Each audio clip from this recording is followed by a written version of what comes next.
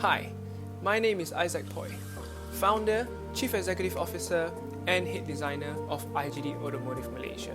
And I know that this is not a very formal attire for a CEO to wear, but who's going to fire me?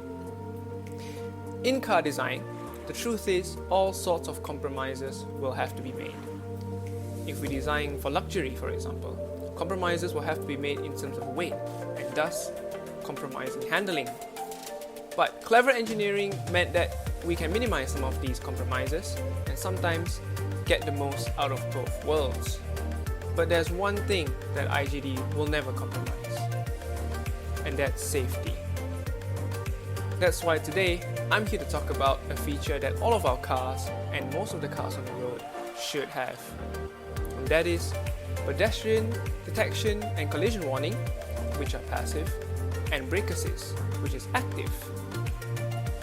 In every IJD car, there is a radar in the grille as well as a front-facing camera.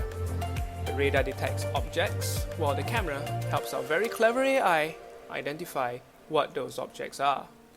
The AI then observes the movement patterns of these objects and determines if there is risk of collision. This is pedestrian detection, and if there is, an audible warning as well as flashing on the dash will alert the driver. Meanwhile, during this time, the brakes will pre-engage, and if the driver fails to respond in time, the passive system will turn active and the brakes will engage.